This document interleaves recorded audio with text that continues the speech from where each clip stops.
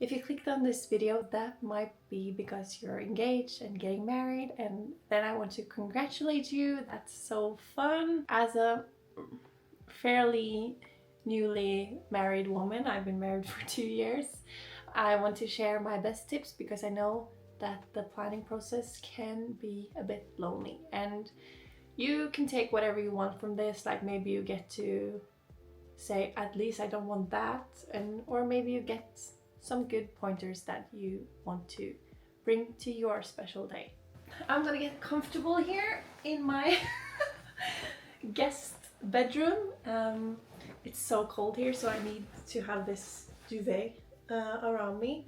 But I have my Mac here with our budget, and I don't really have like a structural plan for this video, but I will just see through my budget and see where my best tips is. Okay, so let me just state this, that our priority for our wedding was the vibe. Like we wanted this to be the best party ever, like the best night ever, and we did that.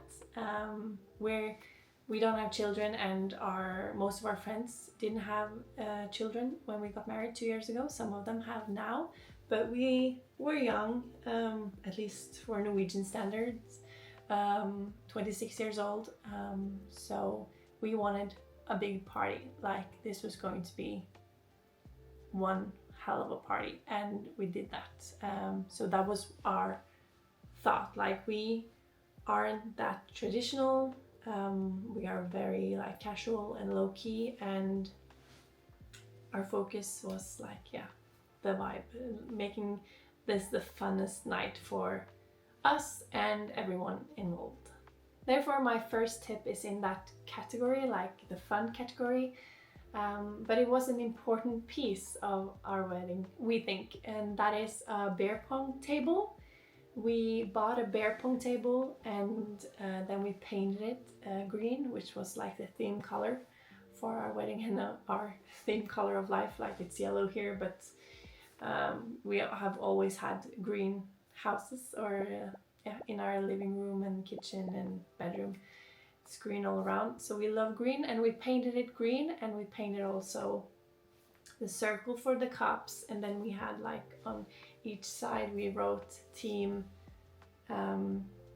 Loffen and Team Jossa, which is our nicknames, me being Jossa and him being Loffen, so you could like play on each team. And then we also had these white pens that you could write like a nice little saying on the table. Like some people have like books with greetings, and we had the table, and it's really fun to look at now when we bring it out. I would maybe skip the part, like it's maybe I would have a book instead, because you know, guys, when they get a bit drunk, they draw penises. So the table is full of penises, and that's really fun. But it's not like it's not what I imagined it would look like, but it was really, yeah, fun. It was such a good way for people to get to know each other, and it wasn't like to get people drunk, it was to get people talking and mingling, and that really worked. Like people had so much fun together, and people like from multiple generations had like a beer pong match, and it was outside. After the ceremony was outside, it was outside to mingle there, and then we brought it inside after dinner, and it was also like in the corner of the dance floor. Yeah, and it was used all night, so I think that was a cheap investment for having people getting to know each other and yeah, having fun. The second thing is kind of mainstream, but you know, the disposable cameras. We had on each table we had disposable cameras that we wanted people to take pictures throughout the night. And my biggest tip here is to learn people, like have a quick course on how you put on the flash on those cameras. even though like there are so many bad pictures that are bad in the best way, but there are also so many black pictures because they didn't have on the flash, and then we might have had more good photos. But that is really, really fun. I think now in another wedding I was at this year, they use an app called POV that works like kind of the same, and I might have had that instead. But I think the disposable cameras did so the older generation also took pictures, because if you had an app, maybe, you know, a lot of it wouldn't, a lot of the guests wouldn't be on them because they wouldn't take pictures because they didn't want to like download the app, and you know, the older generations don't really know how. So that is also a tip, like that is a cheap way to have the best the best pictures from the party, like that just captured yeah, the mood and the vibe. My third tip is regarding the comfort of the evening. I mean, that depends on your vibe. Like us was really casual and low-key. Was not like a traditional posh wedding, so we wanted people to bring dance-friendly shoes. Like we wanted people to bring their sneakers so they could dance comfortably and stay on the dance floor all night. So we had like a shoe change in the middle of dinner where people like, I think before dessert, changed their shoes, and I did as well. I went from having like classical, pretty ballerina kind of shoes to my Vans, which is, my Vans is just me, like that is my kind of shoe, and maybe didn't like was the best combination with my wedding dress. I think that just settled the vibe for everyone, and everyone was super comfortable. Tip number 4 is regarding videographer. I think I also was really tempted to have a videographer, of course, because like movies or video is the best way to really see what it was like, and that was really important to me. But we decided that our dinner was supposed to be private for the people that was present, and we only had like a videographer for the ceremony, and that was a lot cheaper than having them the whole day. So we had only a videographer for the ceremony, and for the dinner and for the speeches we told them people to not record. We wanted the one who spoke feeling a lot more comfortable, so we just put up, I had this phone thing, you know what I mean, and put my phone on it, and then my little brother had the job to just play record, and me and Jürgen would have the video of the speeches, but no one else, and we haven't shared them with anyone. Like that is for us, and that those videos don't have to be like professionally done, like we just want the words right to remember. So iPhone works great, and it was really intimate, and no one felt like uncomfortable like being on camera, being recorded.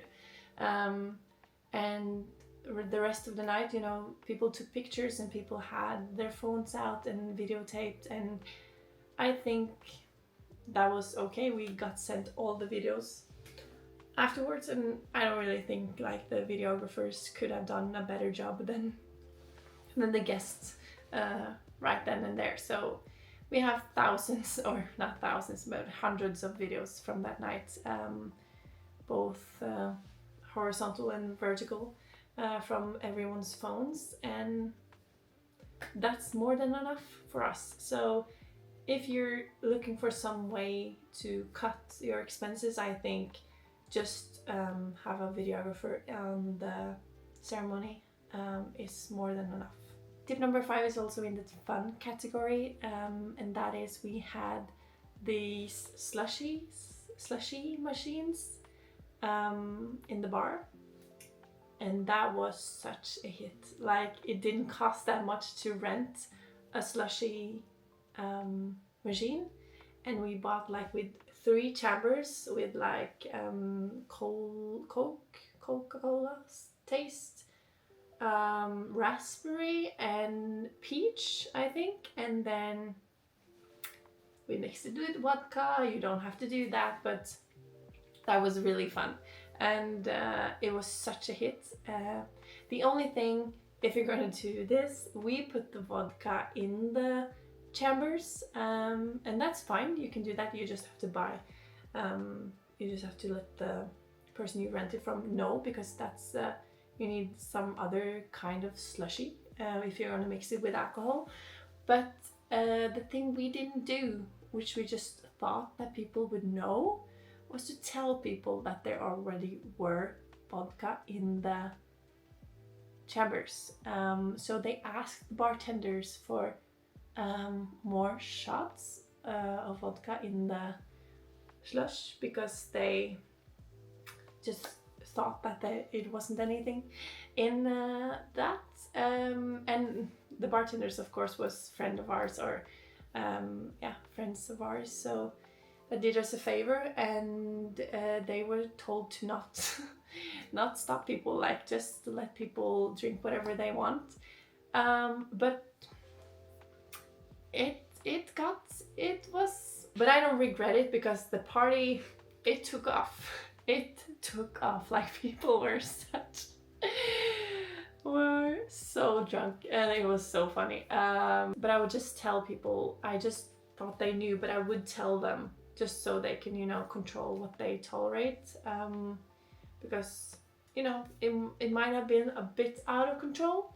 And even though I wish we had more slush, I'm actually really happy that it went like it was empty so fast. And I think that's a good thing, because if people didn't know it was already alcohol in it, that could end up like, the evening could have ended really early, and we didn't want that. But the slushies is really fun, so maybe I would just do it without the alcohol, and then people could add themselves, because then it would also be fine for those who didn't drink.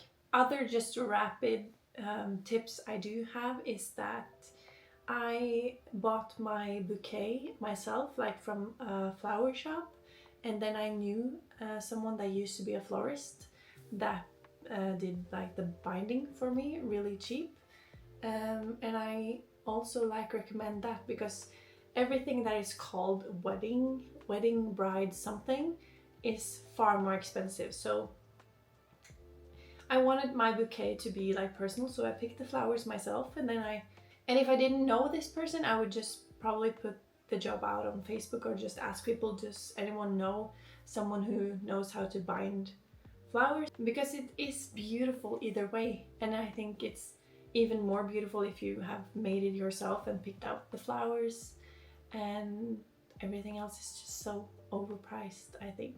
We didn't have a DJ, we didn't have any musical guests, not in our ceremony and not at the party. We used Spotify. I walked into a song by Keen, Somewhere Only We Know. I walked down the aisle that we made, and a friend of ours pressed play when I was ready, and I walked, and then the person that married us said, you can kiss the bride and you can walk off, and then our friend pressed play again, and we played a song by Depeche Mode, and we walked out, and during the party I had thoroughly gone through or set up a playlist, because you probably have a lot of different friends and different family, and you have different songs for like each group. So I was very thorough on how I build up the playlist. So in the beginning you don't take the best songs, because the dance floor hasn't really opened yet, so you start a bit calm, and then you build it up, and then you have like some song that is for one group, so people can go to the bar, but you don't have like multiple of that kind of song after another, so people don't go away from the dance floor for a long time and you miss people. Like, you want the vibe to be good all day, and therefore I think that was great to just control that myself. We had a computer in a locked room that only I and Jürgen knew where the key was, and yeah, we stayed to the playlist and it was the best party ever.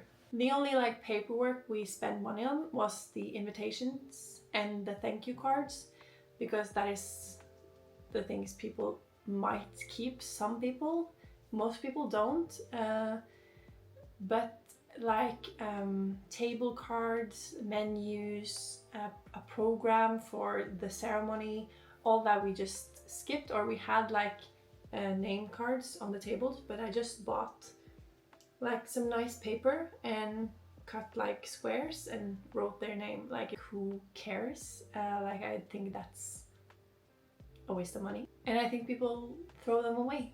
I don't think people keep them, so don't spend your money on that. Just buy a nice pen and some nice paper and just make it simple. Regarding the wish list or the gift list, I made a website in WordPress with actually an online shop, because we saved and paid for like 90% of our wedding ourselves, and that was expensive, and we really wanted to go on a nice honeymoon. We wanted money for our wedding, and that is, for many people, that is like disrespectful, or it's not really popular to just wish for money. I don't know if that's what it's like in other countries, but in Norway that is like, you don't really do that. People want to give a gift, like a special thing that you get to keep because this is what you got from your wedding. But we are so blessed that we have so many things that we didn't really want that much things. We really wanted this trip around Asia, so I set up a website and an online store where like you could buy plane tickets from Tokyo to Hanoi, and then what that actually costs, and one night for a hotel in Tokyo, or one night in a hotel in Singapore, and had like those kinds of things, so they could buy the specific thing. Or they didn't buy it like directly, the money got into our account, but I think that felt better for both them and us, that it was kind of a promise that we would spend the money on that, and we did. And you could buy experiences for us, like tickets to Disneyland or go-karting in Tokyo, the streets of Tokyo. And it was also like, you know, the plane tickets from Oslo to Tokyo was crazy expensive. So I set up like, this is part of the ticket from Oslo to Tokyo, and you can like, you could decide the amount. So that was really popular. I have gotten a lot of questions about it later, about how I did it, because people want to do that themselves. And I thought that was a great idea too, because we didn't just want money, like we wanted to spend it on, and we wanted people to know what we were going to spend their money on. We did go on that trip, and I think everyone got a picture of what they paid for in return. Like, look at us, we are go-karting in Tokyo, and you know, those kinds of things. I think those are my best tips for a budget-friendly, fun wedding. And I hope you got some inspiration out of it, either if it's something you want to do yourself, or if it's something that you just maybe consider and just went absolutely not. Either way, if you have any other questions about wedding things and how I did things, you can ask me below. There are a lot of things I didn't mention, but I think regarding this subject, budget-friendly and fun, these were it. So yeah, I wish you the best day, and good luck with the planning.